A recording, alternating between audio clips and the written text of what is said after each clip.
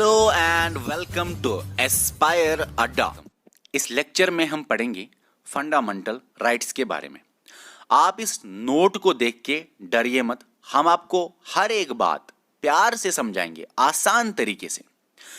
आपको मैं बताऊं कि दुनिया में सबसे ज्यादा फंडामेंटल राइट्स किस कंट्री में है? इंडियन कॉन्स्टिट्यूशन में। हमारे कॉन्स्टिट्यूशन में आर्टिकल 12 से लेके आर्टिकल 35 तक बात करते हैं फंडामेंटल राइट्स के बारे में। इतने सारे आर्टिकल्स याद रखने हैं, इसलिए हम आपको हर एक कंसेप्ट समझाएंगे, लेकिन विद ट्रिक्स। और आज के इस लेक्चर में हम यहां तक पढ़ेंगे। कहां तक? ये जो फंडामेंटल राइट्स की कैटेगरीज है यहां तक। और एक बात, यहां पे कलर्ड पेन से कुछ लिखा हुआ है। कलर पेन से लिखने के पीछे एक ट्रिक छुपी हुई है।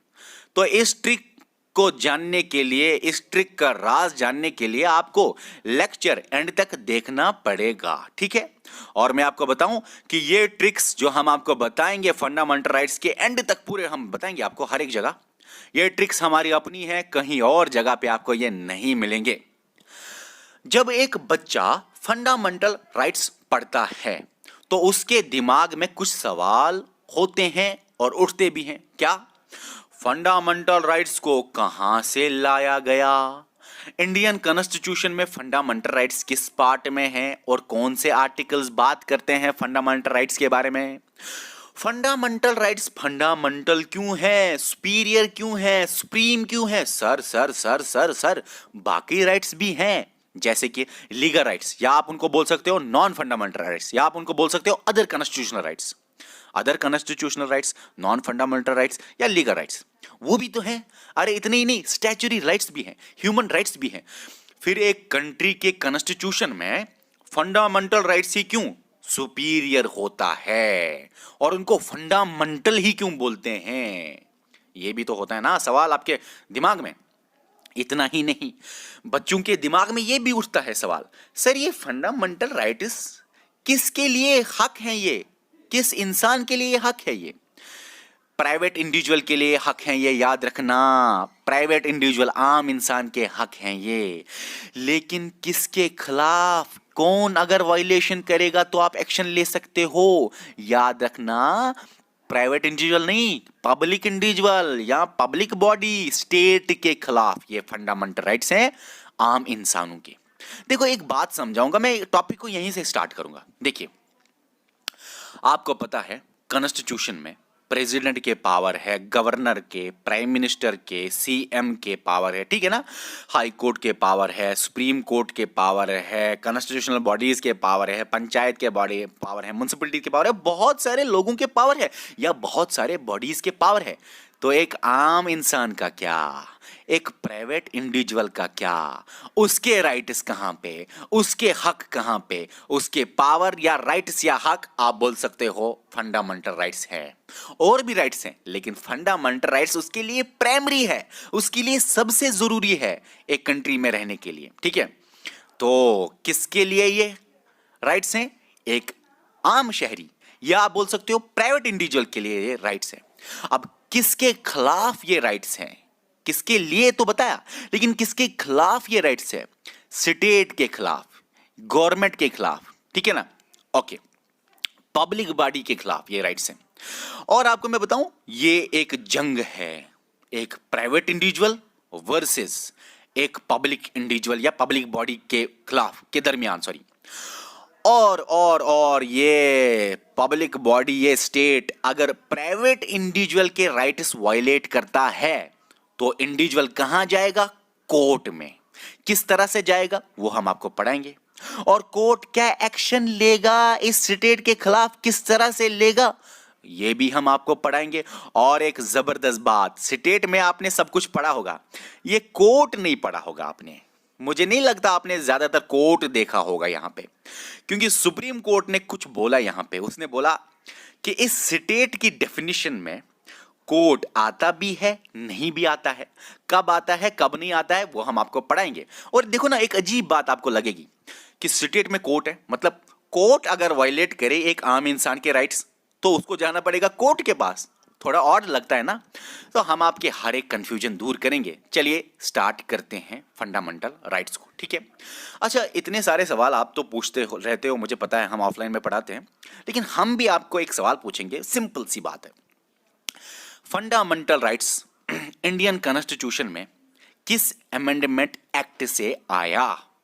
तो आपका आंसर कोई अमेंडमेंट एक्ट होगा ना, लेकिन याद रखना फंडामेंटल राइट्स इंडियन कॉन्स्टिट्यूशन में किसी एक्ट अमेंडमेंट से नहीं आया, किसी एक्ट से नहीं आया। ये फंडामेंटल राइट्स पहले जब कॉन्स्टिट्यूशन बन रहा था तो ओरिजिनली इसको डाला गया पार्ट 3 में, आर्टिकल 12 से 35 तक। देखो अमेंडमेंट क्या होता है, इस कॉन्स्टिट्यूशन जब बना उसके बाद अमेंडमेंट होता है। कॉन्स्टिट्यूशन जब बन रहा था उसके दरमियान अमेंडमेंट नहीं है। कॉन्स्टिट्यूशन जब बना उसके बाद अमेंडमेंट होता है। अमेंडमेंट का मतलब ऐड करना कॉन्स्टिट्यूशन में या डिलीट करना कॉन्स्टिट्यूशन से। तो फंडामेंटल राइट्स को ऐड नहीं किया गया है। फंडामेंटल राइट्स ओरिजिनली कॉन्स्टिट्यूशन में थे, तो किसी अमेंडमेंट से नहीं आया। अच्छा सर, कॉन्स्टिट्यूशन में फंडामेंटल राइट्स थे, लेकिन किस पार्ट में? पार्ट 3। कौन से आर्टिकल्स में? आर्टिकल 12 से लेके 35 तक। अब कुछ नोट्स, कुछ बुक्स में आपने पढ़ा होगा, क्योंकि मुझे पता है नीचे आप सवाल पूछोगे, पढ़ा होगा सर यहां पे तो लिखा है आर्टिकल 14 से लेके 32 तक। वो मैं आपको पहले समझाऊंगा, फिर मैं ऊपर आऊंगा। कहीं कहीं पे लिखा है आर्टिकल 14 से लेके आर्टिकल 32 तक। यही है पार्ट 3 में फंडामेंटल राइट्स, यही है आर्टिकल 14 से लेके आर्टिकल 35 तक, 32 तक सॉरी, ये है फंडामेंटल राइट्स। लेकिन आपको मैं बताऊं, आर्टिकल 12 से लेके आर्टिकल 35 तक फंडामेंटल राइट्स के बारे में बात करते हैं, वो बात अलग है। आर्टिकल 14 से लेके आर्टिकल 32 तक ये एक्चुअल फंडामेंटल राइट्स है। ये जब हम पढ़ेंगे ना नीचे अभी फंडामेंटल राइट्स की कैटेगरीज, तो आर्टिकल 14 से ही स्टार्ट करेंगे, 12 13 से नहीं। फिर आर्टिकल 32 पे ही एंड होगा, 33 34 35 नहीं। तो फंडामेंटल राइट्स की कैटेगरीज से बाहर है ये चीजें। क्यों, ऐसा क्यों सर?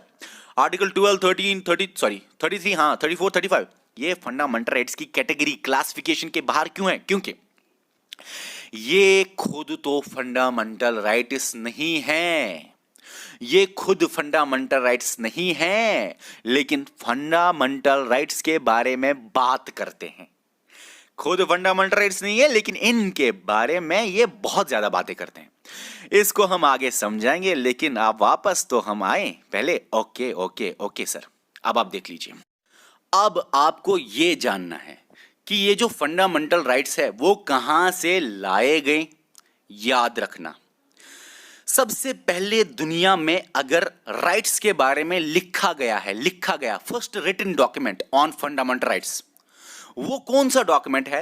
Magna Carta. याद रखना, पहला written document on fundamental rights, वो रिटन डॉक्यूमेंट है मैग्ना कार्टा, ठीक है। और ये किसने लिखा? किंग जॉन ऑफ इंग्लैंड ने लिखा। कब लिखा? 1215, डेट याद रखना, 1215 में लिखा। किन के लिए ये फंडामेंटल राइट्स दिए गए? रिटन, वो भी लिखा हुआ है, बैरॉन्स के लिए, क्योंकि बैरॉन्स एक लोअर क्लास था, उनका डिस्क्रिमिनेशन होता था। तो किंग जॉन ऑफ इंग्लैंड ने बोला भाई कोई बात नहीं, हम आपको राइट्स लिख के देते हैं एक डॉक्यूमेंट पे। उसी डॉक्यूमेंट का नाम है मैग्ना कार्टा।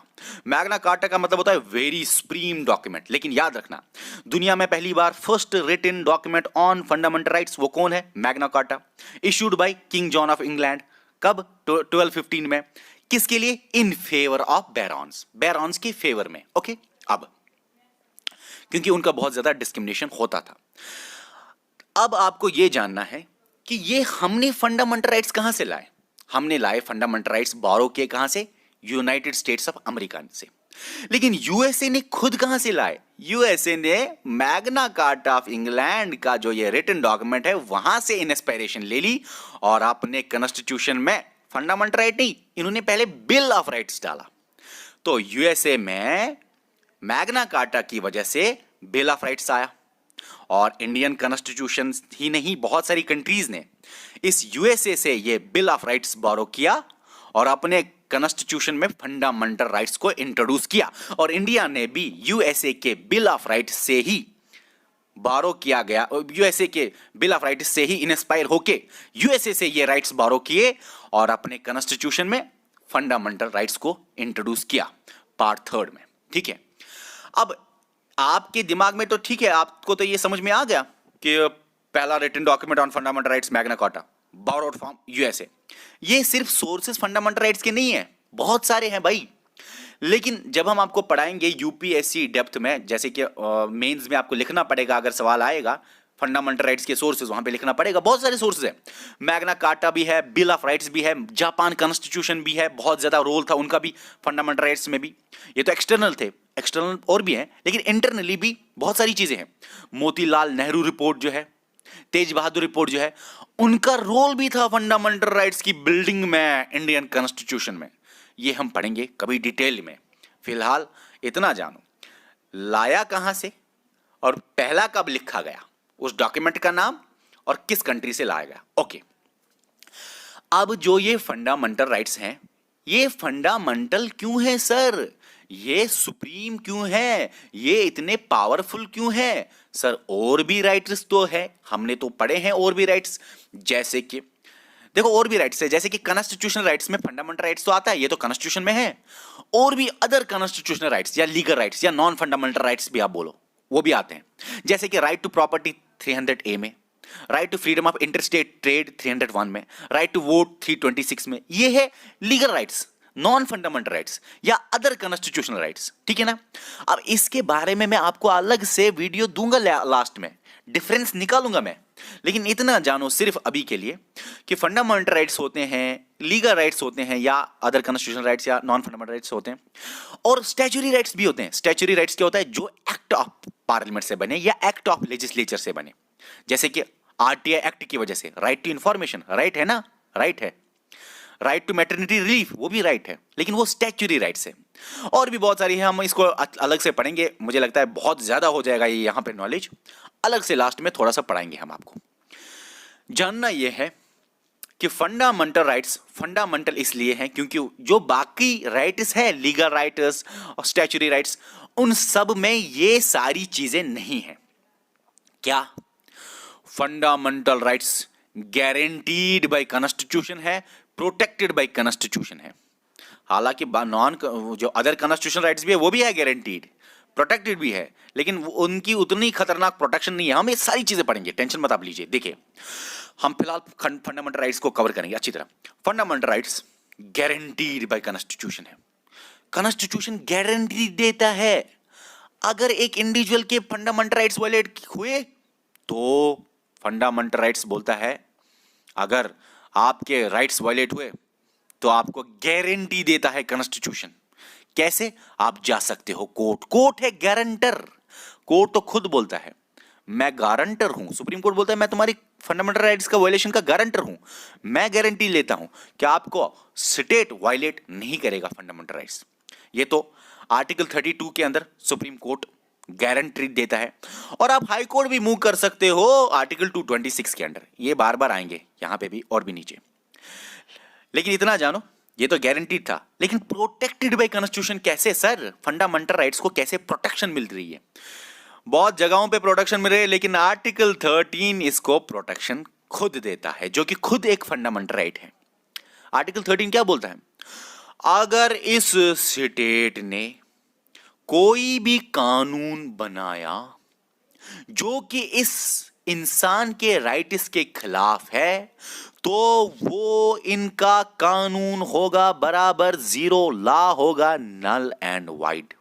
मतलब कि फंडामेंटल राइट्स के खिलाफ अगर कुछ भी बनाया गया वो लॉ नहीं माना जाएगा, वो लॉ माना जाएगा जीरो, वो लॉ, ठीक है ना, रिकॉग्नाइज नहीं किया जाएगा, माना नहीं जाएगा।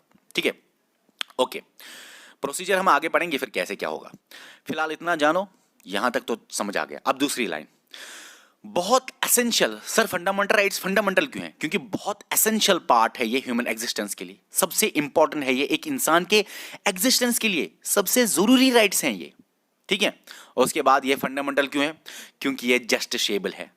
सर बाकी राइट्स भी तो जस्टिसेबल है, लेकिन फंडामेंटल राइट्स के केस में आप डायरेक्टली मूव कर सकते हो सुप्रीम कोर्ट। यहां पे लिखा है कैन आल्सो। कैन आल्सो का मतलब आप जा सकते हो डायरेक्टली सुप्रीम कोर्ट, लेकिन ऐसा नहीं, आप हाई कोर्ट भी जा सकते हो अंडर आर्टिकल 226 और under article 32 right to move to supreme court article 32 है, right to move to high court article 226 है। ये जो right to move to supreme court है ना आर्टिकल 32, ये खुद फंडामेंटल राइट है।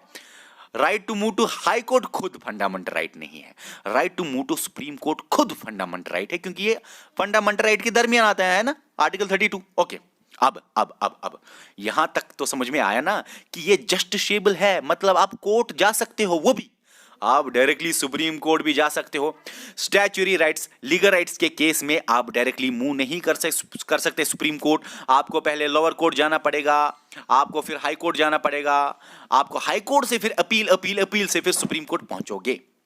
लेकिन अपील के बगैर आप डायरेक्टली सुप्रीम कोर्ट जा सकते हो, और सुप्रीम कोर्ट बोलता है मैं गारंटर हूं भाई, आप आ जाओ मेरे पास। और कौन से केस के वायलेशन में, किस केसेस में, कौन से राइट्स के वायलेशन में आप डायरेक्टली जा सकते हो supreme court? Only and only fundamental rights, बाकी राइट्स नहीं। बाकी राइट्स में आपको लोअर कोर्ट्स में जाना पड़ेगा। अब ये फंडामेंटल राइट्स का एम क्या है, मेन काम क्या है, मेन ऑब्जेक्टिव्स क्या है? मेन ऑब्जेक्टिव है लोगों को प्रोवाइड करना, देना पॉलिटिकल डेमोक्रेसी, पॉलिटिकली लोगों को थोड़ा सा फ्री करना, पॉलिटिकल प्रेशर लोगों पे नहीं होना चाहिए। ये जो पॉलिटिक्स है ये लोगों के साथ डिस्क्रिमिनेशन नहीं करना चाहिए, ये जो पॉलिटिक्स है ये लोगों के ऊपर दबाव नहीं डालना चाहिए, इनके अपने हक है, ठीक है? तो पॉलिटिकल डेमोक्रेसी तभी तो बोला जाता है फंडामेंटल राइट्स की वजह से गवर्नमेंट ऑफ लॉज चलेगा, ना कि गवर्नमेंट ऑफ मैन। ये जो इसके अंडर इंसान है उनका खुद कानून नहीं चलेगा, वो खुद कुछ भी बोले और इनके राइट्स को वायलेट करे, ना ना ना ना ना। जो कॉन्स्टिट्यूशन में लॉज है इसको फॉलो करना पड़ेगा। वो तो गवर्नमेंट जो बनेगा वो लॉज का होना चाहिए, ना कि इंसानों का अपना गवर्नमेंट, अपनी बातें नहीं होनी चाहिए। कॉन्स्टिट्यूशन में जो कानून है गवर्नमेंट को वो फॉलो करना पड़ेगा, लॉ को फॉलो करना पड़ेगा, गवर्नमेंट ऑफ लॉज होना चाहिए, ना कि मैन, ठीक है? तभी तो पॉलिटिकल डेमोक्रेसी मिलेगी भाई, जब ये स्टेट कॉन्स्टिट्यूशन को फॉलो करेगा तभी तो ये फंडामेंटल राइट्स वायलेट नहीं कर सकता। और इनको क्या मिलेगी? Political democracy. देखिए, फंडामेंटल राइट्स फंडामेंटल इसलिए क्योंकि guaranteed, protected, most essential, justiciable, और पॉलिटिकल डेमोक्रेसी फंडामेंटल राइट्स की वजह से मिलता है, ठीक है? अच्छा, यहां तक तो समझ में आ गया आपको। अब याद रखना, अब हमें नीचे पढ़ना है कि फंडामेंटल राइट्स जो हैं उनका प्रोसीजर थोड़ा सा, सबसे पहले मैंने थोड़ा समझाया भी, लेकिन अब अच्छे से डिटेल में। एक इंसान जो है कंट्री में सिटीजन भी होता है, एलियन भी होता है, सिटीजन भी होता है और एलियन भी होता है ना? एलियन क्या है? बाहर कंट्री का कोई सिटीजन। देखो, एलियन फ्रेंडली एलियन भी हो सकता है, एनिमी एलियन भी हो सकता है, ठीक है ना? याद रखना। तो सिटीजन और एलियन दोनों को फंडामेंटल राइट्स है, लेकिन हां, सिटीजन के पास सारे के सारे फंडामेंटल राइट्स है, एलियन के पास कम फंडामेंटल राइट्स होते हैं। जो एनिमी एलियन है ना उसके पास तो बहुत ही ज्यादा कम फंडामेंटल राइट्स होते हैं, हम आगे पढ़ेंगे। जैसे कि मैं आपको बताऊं, सिटीजन के पास जो फंडामेंटल राइट्स है जो कि फॉरेनर के पास नहीं है, एलियंस के पास नहीं है, वो कौन कौन सा है? आर्टिकल 15, 16, 19, 29, 30। फिर से बोलूं, आर्टिकल 15, 16, 19, 29, 30, ये हम आगे भी पढ़ेंगे। तो सिटीजन के पास सारे के सारे फंडामेंटल राइट्स है, लेकिन ये जो मैंने अभी आपको आर्टिकल बोले, ये फॉरेनर या एलियंस के पास फंडामेंटल राइट्स नहीं है। अब इंडिविजुअल के पास ये फंडामेंटल राइट्स हैं, पार्ट 3 में इतने सारे राइट्स हैं, और इंडिया में सबसे ज्यादा ये इलॉबरेट है। मैंने बोला सबसे ज्यादा फंडामेंटल राइट्स कहां पे? इंडिया में। अब इन फंडामेंटल राइट्स को कौन वायलेट कर सकता है? स्टेट कर सकता है वायलेट। और स्टेट की डेफिनेशन किस आर्टिकल में है? इस फंडामेंटल राइट्स के पहले ही आर्टिकल में, आर्टिकल नंबर 12 में स्टेट की डेफिनेशन है। लेकिन याद रखना, आर्टिकल नंबर 12 में स्टेट की डेफिनेशन तो है, सेम टू सेम डेफिनेशन आपको आर्टिकल 36 में भी मिलेगी स्टेट की, जहां पे आपको पढ़ने हैं directive principles of state policy. DPSPs का पहला आर्टिकल है 36, फंडामेंटल राइट्स का पहला आर्टिकल है 12। दोनों के दोनों सेम डेफिनेशन देते हैं स्टेट को। एक तीर से दो शिकार, अगर आपने ये पढ़ा तो ये भी हो गया, ठीक है? ओके, अब हम पढ़ेंगे सर आर्टिकल 12 या 36 क्या बोलता है, स्टेट की डेफिनेशन। देखो, फंडामेंटल राइट्स पता है क्या बोलता है? फंडामेंटल राइट्स है बोलता है आर्टिकल 12, पता है क्या बोलता है? आर्टिकल 12 बोलता है जो आप बाकी फंडामेंटल राइट्स पढ़ोगे वो आप मेरे ही खिलाफ पढ़ रहे हो। अगर मैं ही वो आम प्राइवेट इंसान के राइट्स वायलेट करूंगा तो मेरे ही खिलाफ आप जा सकते हो कोर्ट। तो आर्टिकल 12 क्या बोलता है डेफिनेशन में? आप जो बाकी फंडामेंटल राइट्स पढ़ रहे हो वो आप मेरे ही खिलाफ पढ़ रहे हो, वो आप स्टेट के ही खिलाफ पढ़ रहे हो। किन के लिए वो फंडामेंटल राइट्स है? इनके लिए और इनके खिलाफ है, ठीक है। अब कौन कौन आता है स्टेट में, याद रख लीजिए। स्टेट में आता है सेंटर का लेजिस्लेचर एग्जीक्यूटिव, मतलब सेंटर पार्लियामेंट, और एग्जीक्यूटिव मतलब सेंटर गवर्नमेंट। स्टेट का लेजिस्लेचर एग्जीक्यूटिव मतलब स्टेट का स्टेट लेजिस्लेचर, और स्टेट के एग्जीक्यूटिव मतलब गवर्नमेंट या CM, governor, council of ministers, ठीक है, आप कह सकते हो थोड़ा सा ये गवर्नमेंट। अब मतलब central government, state government, central legislature, state legislature, थोड़ी सी फर्क है, वो टेक्निकलिटी में मत जाइए। लोकल बॉडीज मतलब पंचायत, म्युनिसिपलिटीज, ये भी आते हैं स्टेट में। अगर ये सारे वायलेट करें तो आप जा सकते हो कोर्ट। अदर बॉडीज में प्राइवेट इंडिविजुअल भी आते हैं, इसीलिए तो सुप्रीम कोर्ट ने बोला अरे ये एक प्राइवेट इंडिविजुअल के पास राइट्स है, किसके खिलाफ? स्टेट के खिलाफ। मगर किसी केस में प्राइवेट इंडिविजुअल के खिलाफ भी है ये कुछ हक, प्राइवेट इंडिविजुअल्स को। तो प्राइवेट इंडिविजुअल्स के खिलाफ भी है, लेकिन सुप्रीम कोर्ट ने बोला किसी जगह पे, जैसे आर्टिकल 17 में, आर्टिकल 23 में, आर्टिकल 24 में, अनटचेबिलिटी और एक्सप्लॉयटेशन वाले मसले में। तो याद रखना है, नॉर्मली फंडामेंटल राइट्स इसके हैं, इसके खिलाफ है, लेकिन किसी केस में प्राइवेट इंडिविजुअल के खिलाफ भी है फंडामेंटल राइट्स, वो हम देखेंगे लेक्चर के अंदर जब हम पढ़ेंगे, ठीक है। अदर बॉडीज में बहुत सारी बॉडीज आती हैं, वो बॉडीज जो कि गवर्नमेंट के अंडर काम करती है, जिनका फंडिंग गवर्नमेंट करता है, उसके अंडर आती हैं। लेकिन कोर्ट आता है क्या? इसका मतलब क्या है? कोर्ट अगर वायलेट करे फंडामेंटल राइट्स तो मैं क्या कोर्ट के पास जा सकता हूं? सुप्रीम कोर्ट ने इसका जवाब दिया और बोला कोर्ट भी आ सकते हैं जब एडमिनिस्ट्रेटिव पर्पस कोर्ट का हो। एडमिनिस्ट्रेटिव पर्पस का मतलब जब कोर्ट एडमिशंस करे, मतलब एम्प्लॉयमेंट करे, जॉब्स दे, ठीक है ना, जब कोर्ट बाकी मसले करे जो एडमिनिस्ट्रेशन में चलता है। लेकिन सुप्रीम कोर्ट ने यह बोला कोर्ट नहीं आएगा जब कोर्ट जस्टिस डिलीवर करेगा, तब यह स्टेट की कैटेगरी में नहीं आएगा। फॉर एग्जाम्पल, कोर्ट ने बोला किसी को आपको 10 साल की सजा, जस्टिस डिलीवर कर रहा है ना, तो वो बंदा बोलेगा अरे कोर्ट मैं तुम्हारे खिलाफ जाऊंगा दूसरी कोर्ट में, आपने मेरा फंडामेंटल राइट वायलेट किया, आपने मेरा राइट टू मूवमेंट वायलेट किया, right to speech and expression मेरा वायलेट हो जाएगा, मेरी बहुत सारे राइट्स वायलेट हो जाएंगे यार, मेरा राइट टू इक्वालिटी वायलेट हो रहा है, और भी बहुत सारी चीजें। तो इसीलिए सुप्रीम कोर्ट ने बोला देखो कोर्ट्स स्टेट में तब आएंगे जब ये एडमिनिस्ट्रेटिव पर्पस के लिए काम करेंगे, जैसे ट्रांसफर करना, जॉब्स देना कोर्ट्स में, और बहुत सारी चीजें। लेकिन कोर्ट नहीं आएगा स्टेट में जब कोर्ट अपना फैसला सुनाए, नहीं तो तब आम इंसान बोलेगा अरे स्टेट में तू आया, चलो मैं कोर्ट के पास जाऊंगा फंडामेंटल राइट्स को एनफोर्स करने के लिए। अब यहां तक तो समझ में आया।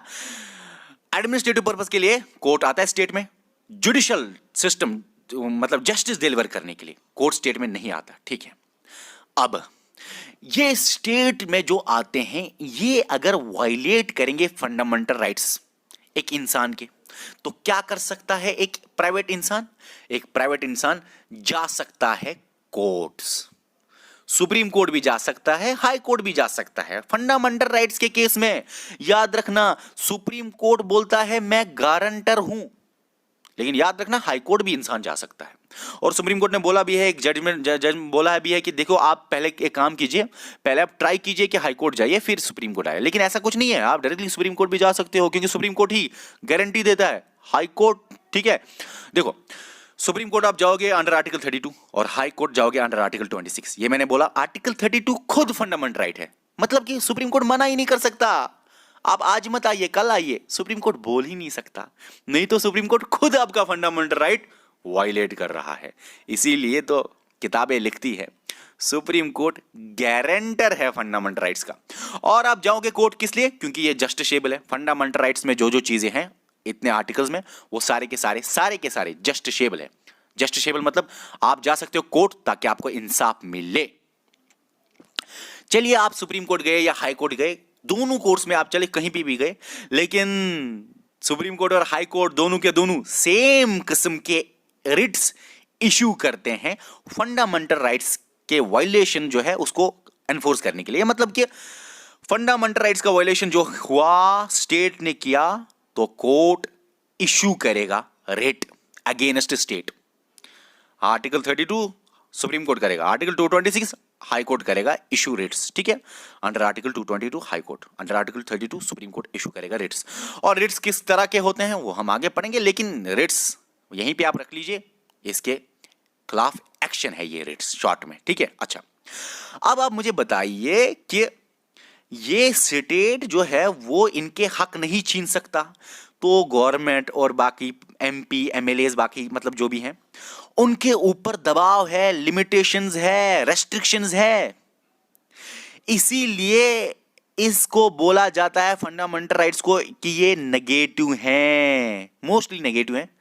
किसी किसी जगह पे ये स्टेट को पावर भी देते हैं, क्या आप पार्लियामेंट को पावर देते हैं, लास्ट वाला आर्टिकल, क्या आप कोई कानून बनाए इसके रिलेटेड बताऊंगा मैं आगे थोड़े थोड़े आर्टिकल्स, लेकिन मोस्टली स्टेट को रेस्ट्रिक्ट करते हैं ये फंडामेंटल राइट्स, इनके पावर्स को लिमिट करते हैं, इसलिए ये मोस्टली नेगेटिव है। कहां कहां पे पॉजिटिव है अंदर हम देखेंगे, लेक्चर मेरे हिसाब से बहुत बड़ा बनेगा फिर, ठीक है। अच्छा, उसके बाद यहां पे याद रखना, अब एक बात कहूंगा सर बहुत इंटरेस्टिंग बात, बहुत जबरदस्त बात। आप मुझे बताओ, इसने आपको वायलेट किया फंडामेंटल राइट, प्राइवेट इंसान जा सकता है कोर्ट ताकि इसको सजा मिले, सिंपल सी बात है। लेकिन अगर आपने ही, प्राइवेट इंसान ने ही इसके राइट्स वायलेट किए तो ये कोर्ट जा सकता है क्या? सुप्रीम कोर्ट जा सकता है क्या? ये भी सवाल है, याद रखना।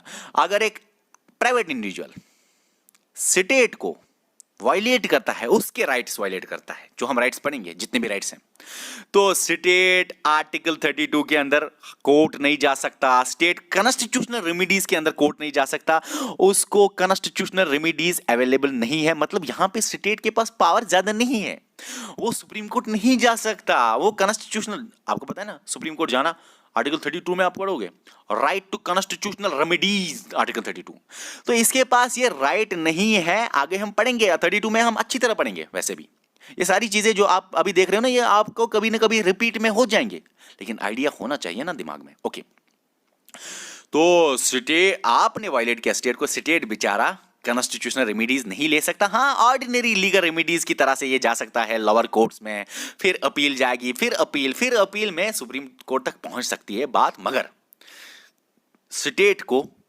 पावर ज्यादा नहीं दिया गया है। यही दिखा रहा है यहां पे कि ये कॉन्स्टिट्यूशनल रेमेडीज नहीं ले सकते। ओके, यहां तक समझ में आ गया। अब आप मुझे बताइए कि लोगों के पास फंडामेंटल राइट्स आ गए, तो एक इंसान बोलेगा अरे मैं हूं, मैं ऊपर से मैं सिटीजन हूं इंडिया का, मेरे पास सारे के सारे फंडामेंटल राइट्स है, अब मैं कुछ भी करूंगा, right to speech and expression, मैं तो बोलूंगा, मैं तो कुछ भी बोलूंगा। इसके पास ये एब्सोल्यूट नहीं है, ये आपको याद रखना है। ये इसके पास फंडामेंटल राइट्स बहुत सारे हैं, जैसे कि राइट टू असेंबल, लेकिन वो हथियार लेके असेंबल नहीं हो सकता। मतलब कुछ रेस्ट्रिक्शंस है इंसान को भी। स्पीच एंड एक्सप्रेशन तो है, लेकिन वो किसी भी चीज पे स्पीच एंड एक्सप्रेशन नहीं दे सकता जिसकी वजह से unity, integrity, security of India खतरे में आ जाए, पब्लिक ऑर्डर, पीस खतरे में आ जाए, लार्जर पब्लिक इंटरेस्ट के खिलाफ वो बात हो जिसकी वजह से पूरा हलचल मच जाए कंट्री में, तो ऐसा एक इंसान नहीं कर सकता स्पीच में। मतलब कि राइट्स हैं, लेकिन 100% नहीं है, एब्सोल्यूट नहीं है। एब्सोल्यूट का मतलब 100% नहीं है, बस क्वालिफाइड है। क्वालिफाइड मतलब अच्छे खासे लेवल पे राइट्स हैं, ठीक है ना। क्वालिफिकेशन मतलब, क्वालिफाइड मतलब अच्छे खासे लेवल पे राइट्स हैं, 100% नहीं है, मतलब कि डिस्टिंक्शन वाले राइट्स हैं, मतलब 80% राइट्स हैं। हाँ, ऐसे आप ले सकते हो भाई, ऐसे कोई बात नहीं है, ये बस मैंने खुद से बता दिया। क्वालिफाइड मतलब ठीक ठाक लेवल पे राइट्स हैं, 100% नहीं है कि ये कुछ भी करे, कहीं भी जाए, कुछ भी बोल सके, ऐसा नहीं है, ठीक है। अब आपको मैं बताऊं एक बात, इंडिविजुअल अगर प्राइवेट इंडिविजुअल्स आपस में वायलेट कर रहे हैं फंडामेंटल राइट्स, मान लो ये प्राइवेट इंडिविजुअल इस प्राइवेट इंडिविजुअल के राइट्स वायलेट कर रहा है, तो क्या ये जा सकता है कोर्ट? याद रखना नहीं। अगर ये प्राइवेट इंडिविजुअल के सामने कुछ बोले, कुछ भी बोले या कुछ भी बात हुए, तो ये कोर्ट नहीं जा सकता प्राइवेट इंडिविजुअल के खिलाफ, अंडर आर्टिकल 32 नहीं जा सकता। हाँ, किसी किसी केस में सुप्रीम कोर्ट ने बोला है कि प्राइवेट प्राइवेट का भी होगा, जैसे मैंने आपको बोला भी, article 17 untouchability, article 23 exploitation, article 24 वो भी एक्सप्लॉयटेशन ही है। ठीक है, वो सारी चीजें हम अंदर देखेंगे। तो समझ में आया ना कि फंडामेंटल राइट्स 100% भी नहीं है। और लास्ट में आपको मैं एक बात बताना चाहूंगा, सबसे इंटरेस्टिंग बात है ये।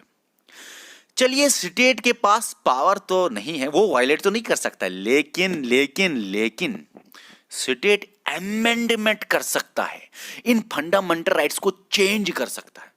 फिर आप बोलोगे सर मैं तो आम इंसान हूं, मेरे पास ये हक है, ये पार्लियामेंट लेजिस्लेचर कभी भी मेरे फंडामेंटल राइट्स अमेंड करेगा, मतलब चेंज करेगा, फिर क्या फायदा रहा ये फंडामेंटल राइट्स इतना इंपॉर्टेंट होने का।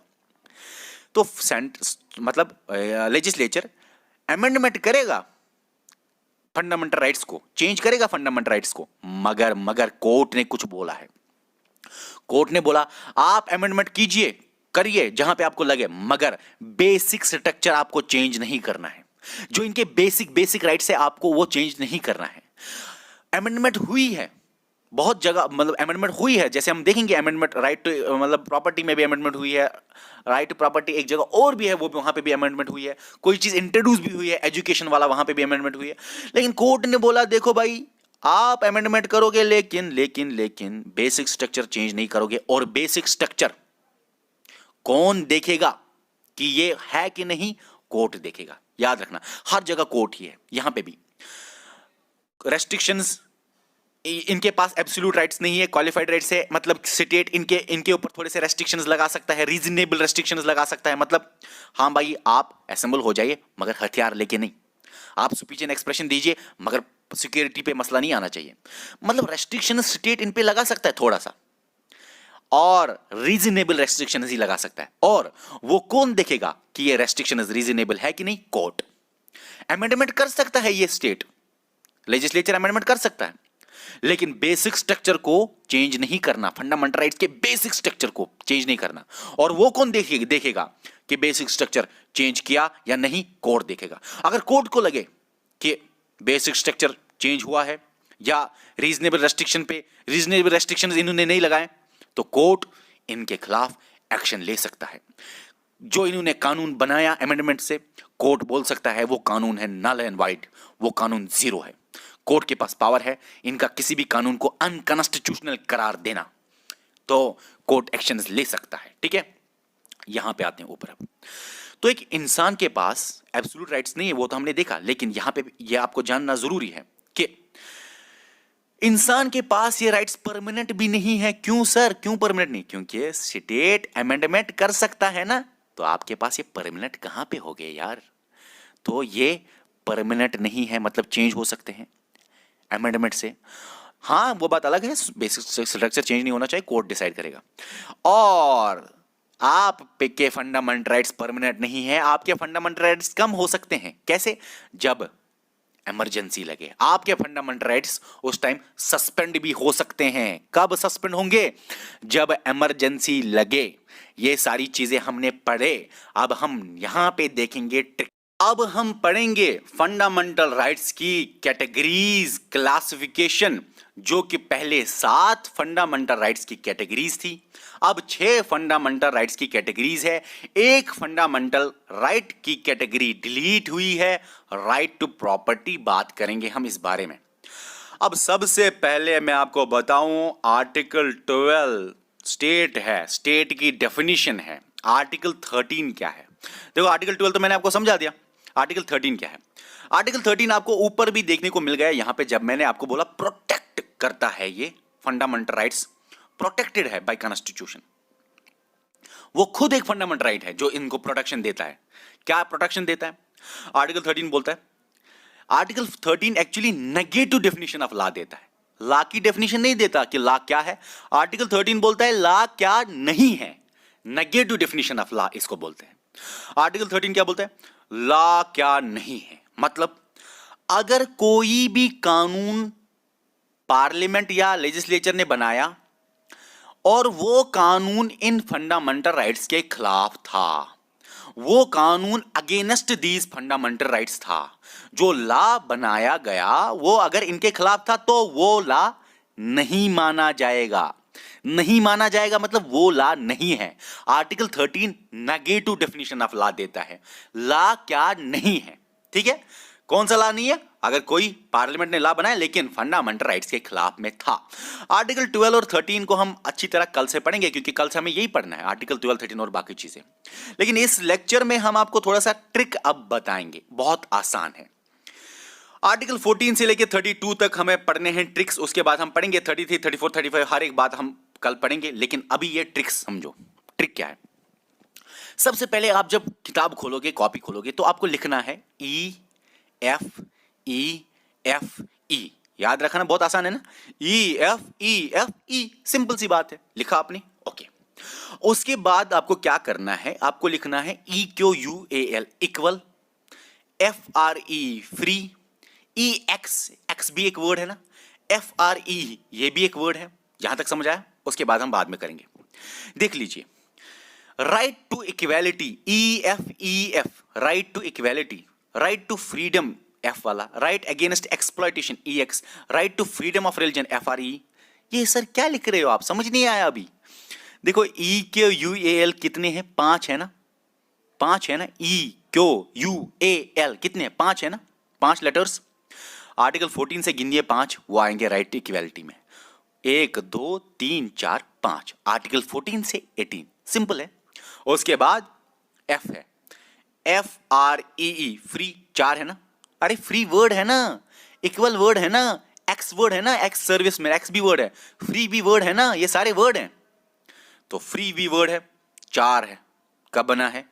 18 तो आ गया, 19, 20, 21, 22 वो बात अलग है कि 21 ए बी अमेंडमेंट से आया, वो आपको आगे समझ में आ जाएगा। इतना याद रखो, 19, 20, 21, 22, बस 21 ए को भूल जाओ फिलहाल।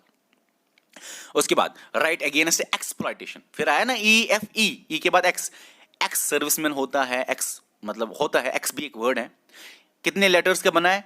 ई एक्स 2 का, 22 आया ना, 23, 24, ठीक है। उसके बाद right to freedom of religion E F, freedom of religion, 4 letters, तो 4 ही आएंगे 24 के बाद, 25, 26, 27, 28, सिंपल है भाई। उसके बाद ई एफ ई आता है ना, तो ई से याद रख सकते हो आप एजुकेशनल राइट्स, कल्चरल और एजुकेशनल राइट्स। इनमें कोई वर्ड तो बनता नहीं है छोटा वाला, इसलिए कल्चर खुद एक वर्ड है, एजुकेशन खुद एक वर्ड है, तो इसके अंदर 2 आएंगे, 29 और 30, ठीक है, आर्टिकल्स। अब राइट टू प्रॉपर्टी डिलीट हुआ है, ये आर्टिकल नंबर 31 था, और ये किस अमेंडमेंट एक्ट से डिलीट हुआ? याद रखना 44। कैसे याद रखोगे? PROPERTY, 4 4 8 है ना, 4 4 8 लेटर्स, तो 448, 44th constitutional amendment act 1978, last में यहां भी 8, ठीक है। और ये जो राइट टू प्रॉपर्टी है इसको डिलीट किया गया फंडामेंटल राइट से, लगाया गया कॉन्स्टिट्यूशन में ही, लेकिन कहां पे? लीगल राइट्स में। कहां पे? आर्टिकल 300A में, जो कि किस पार्ट के अंदर आता है? पार्ट 12 के अंदर आता है। कौन से पार्ट से डिलीट हुआ? पार्ट 3 से। कहां पे लगाएगा? पार्ट 12 में। कौन से आर्टिकल से डिलीट हुआ? आर्टिकल 31 से। किस आर्टिकल में लगाएगा? 300A में। कहां से डिलीट हुआ? फंडामेंटल राइट से। किन राइट्स में लगाएगा? लीगल राइट्स में। किस अमेंडमेंट से डिलीट हुआ? Property 448, 44th constitutional amendment act 1978। और उसके बाद है 7th वाला, लास्ट वाला, मतलब 6 ही है ना, अभी तो 6 ही है, ये तो डिलीट हुआ, ये तो आप मान लो डिलीट ही है, ये तो अब 6th वाला है। अब ये, और ये कभी नहीं आएगा, ऐसे कभी नहीं आएगा कि right to constitutional remedy 6th वाला कि 7th वाला, ऐसे कभी नहीं आएगा। हाँ ऐसे आएगा कि आज 6 फंडामेंटल राइट्स की कैटेगरीज है। ऑरिजिनली कितने थे? ऑरिजिनली 60 फंडामेंटल राइट्स की कैटेगरीज थे। आज जो 6 फंडामेंटल राइट्स की कैटेगरीज है, एक जो साथ में एक जो डिलीट हुआ है, वो कौन सा है? Right to property. किससे डिलीट हुआ? कहां पे लगाएगा? ओके। लास्ट है right to constitutional remedies. Constitutional remedies का मतलब होता है जो ये कॉन्स्टिट्यूशन में है, जो ये प्रॉब्लम में है, जो ये स्टेट एक प्राइवेट इंसान के खिलाफ ये करेगा वायलेशन उसके राइट्स का, तो इलाज क्या है? कॉन्स्टिट्यूशनल रेमेडीज, कॉन्स्टिट्यूशनल इलाज देता है। आर्टिकल 32 के अंदर क्या इलाज देता है? आपके पास हक है right to move to supreme court. Supreme court issue करेगा रिट्स उसके खिलाफ जिसने वायलेशन किया है आपके राइट्स का। और वो कौन होगा जिसके खिलाफ सुप्रीम कोर्ट इशू करेगा रिट्स? आर्टिकल 12। हम नेक्स्ट लेक्चर में आर्टिकल 12 से फिर से स्टार्ट करेंगे और बाकी चीज़ें हम पढ़ेंगे, ठीक है। आप बताइए नीचे कमेंट करके कि आपको ये लेक्चर कैसा लगा। Okay bye. We can utilize this time by doing self-study and taking help of Aspire Ada YouTube channel. To start with, you need to prepare a proper schedule for all the subject, and without going out, you should complete all the syllabus by yourself. And when the critical situation will end, here you are. Hooray! You are ready for all the competitive exam. Utilize this time until it go. Aspire Ada Institute, best institute in Jammu for all the competitive exams. We care for you.